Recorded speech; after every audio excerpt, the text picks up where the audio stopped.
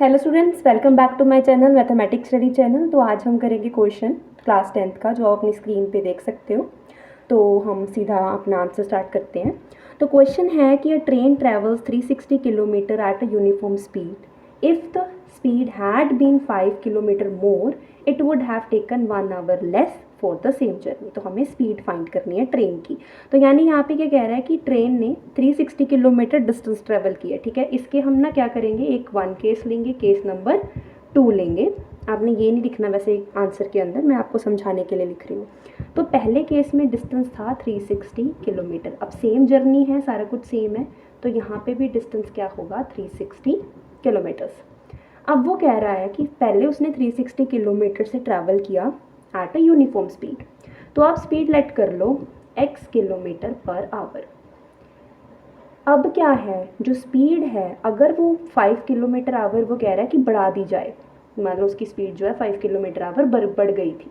अब पहले अगर स्पीड x है तो अब स्पीड हो गई x + 5 kilometre per hour.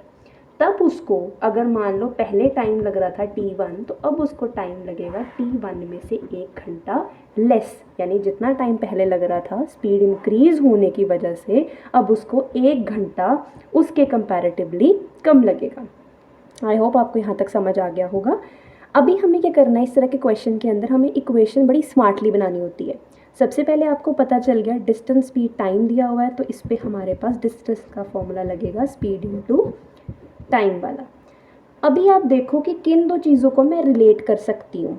Distance तो हमें दिया हुआ है, स्पीड भी हमें दी हुई है। हम ना इस केस में स्पीड और टाइम दोनों चीज़ें यूज़ कर सकते हैं, पर ये क्वेश्चन हम टाइम को यूज़ करके सॉल्व करेंगे और स्पीड वाला मैं आपको नेक्स्ट वीडियो में बता दूंगी। तो सबसे पहले हमें क्या करना है, टाइम 1 माइनस टाइम 2, यानी पहले का टाइम और दूसरे का टाइम दोनों में 1 घंटे का डिफरेंस था। तो हम ऐसे अपनी स्टेटमेंट बना लेंगे। अब मुझे पता है कि टाइम का फॉर्मूला होता है डिस्टेंस अपॉन स्पीड।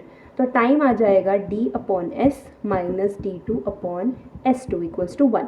पहला डिस्टेंस क्या था, 360। स्पीड थी मेरे पास x। Again the distance is same, it's 360 and the speed is 5 more than the previous one which is x + 5।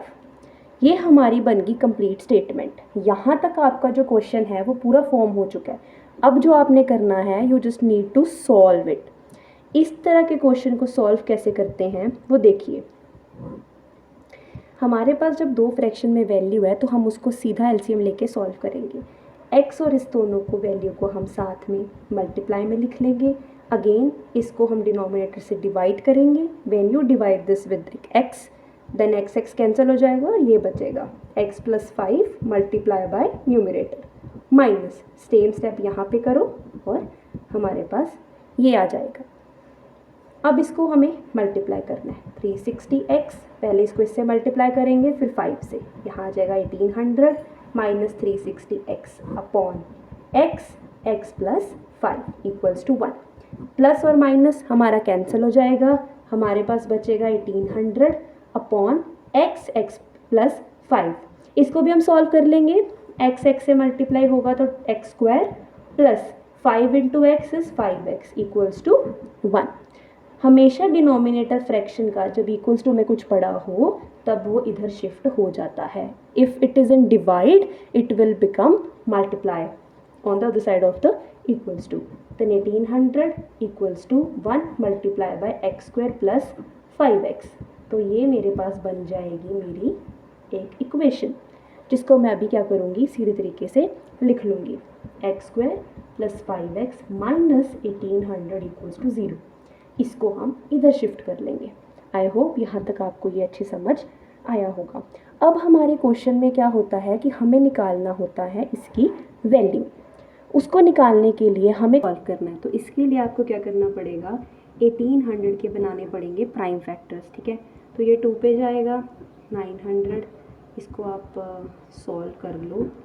2 2 ज़ा 4, फिर ये आ जाएगा 5 पे जाएगा, 5 4 ज़ा 20, 5 5 ज़ा 25, अगेन 5 पे जाएगा। आई होप ये सबको आता होगा बेसिक। तो जब आपके पास ये सारे फैक्टर आ गए आपने इन सबको यूज़ करना है। ठीक है, आपके पास इससे आपने क्या करना है, हम ना 2 नंबर बनाएंगे। वो दोनों नंबर जिनको मल्टीप्लाई करके आना चाहिए -1800 और उन्हीं दो नंबर को प्लस या माइनस करके मेरे पास आना चाहिए प्लस का 5, ठीक है। तो आपको वो दो नंबर इसमें ढूंढने हैं। तो इसके लिए हमें क्या करना पड़ेगा, सबसे पहले आप ये देखो कि आप ना सबसे पहले बड़ी वैल्यूज़ उठाओ, जैसे कि 5 5 ज़ा 25 हमने कर लिया। अब आप एक ये वैल्यू ले लो, ठीक है। 25 2 ज़ा कितना हो गया 50, बाकी जो बचा 2 2 ज़ा 4 3 3 ज़ा 9 9 4 ज़ा 36। अभी ये दोनों को मल्टीप्लाई करके 1800 तो आ जाएगा, लेकिन अगर आप देखो अगर मैं माइनस करूँ तो यहाँ पे मेरे पास बचेगा 14, मुझे तो चाहिए 5, तो ये पेयर मैं नहीं ले सकती। फिर मैं सोचूंगी कोई इसका और मेथड। तो आप इसमें क्या कर सकते हो, अब इसके अंदर आप करोगे, जैसे मैं इसमें ले लेती हूँ एक बड़ी वैल्यू ले लेती हूँ और दो छोटी वैल्यूज़। अब 5 हो गया और 3 3 ज़ा 9 हो गया, तो 5 × 9 कितना हो गया मेरे पास 9 5 ज़ा 45, ठीक है। बाकी क्या बचा 2 2 ज़ा 4 2 ज़ा 8 8 5 ज़ा 40। अरे 45 और 40 इन दोनों को जब मैं माइनस करूँगी then I will get my answer which is 5। तो ये पेयर मेरा सिलेक्टेड है। तो अब आप क्या करोगे, यहाँ पे लिखोगे 45। अब मुझे क्या चाहिए, प्लस क्या चाहिए वैल्यू, तो 45 प्लस का माइनस का होगा मेरा 40।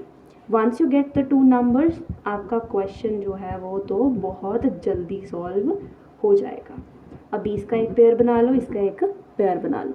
इसमें से कॉमन आएगा x प्लस 45 माइनस 40 कॉमन आ जाएगा। x माइनस बाहर है तो अंदर प्लस, इसको 40 से हम डिवाइड करेंगे तो हमारे पास आएगा 45 इक्वल्स टू 0, ठीक है। तो ऐसे जो आपका क्वेश्चन है वो इजीली हो जाएगा। ब्रैकेट जब सेम आ जाएगी तो एक ब्रैकेट की वैल्यू और एक बाहर वाली वैल्यू, इसको जो आप 0 के इक्वल रखोगे then you will get your answer as -45 and it is 40। तो जो हम होते हैं हम क्या करते हैं, हमें माइनस वाली वैल्यू हम नहीं लेते because speed can not be in a negative form, right. तो इसके लिए हम इसको एक्सेप्ट कर लेंगे और this will become our answer. तो आई होप आपको ये क्वेश्चन समझ आया होगा। Thanks for watching this video guys. In case of any doubt you can ask in comment section. Kindly share, like, subscribe my video. Thank you so much.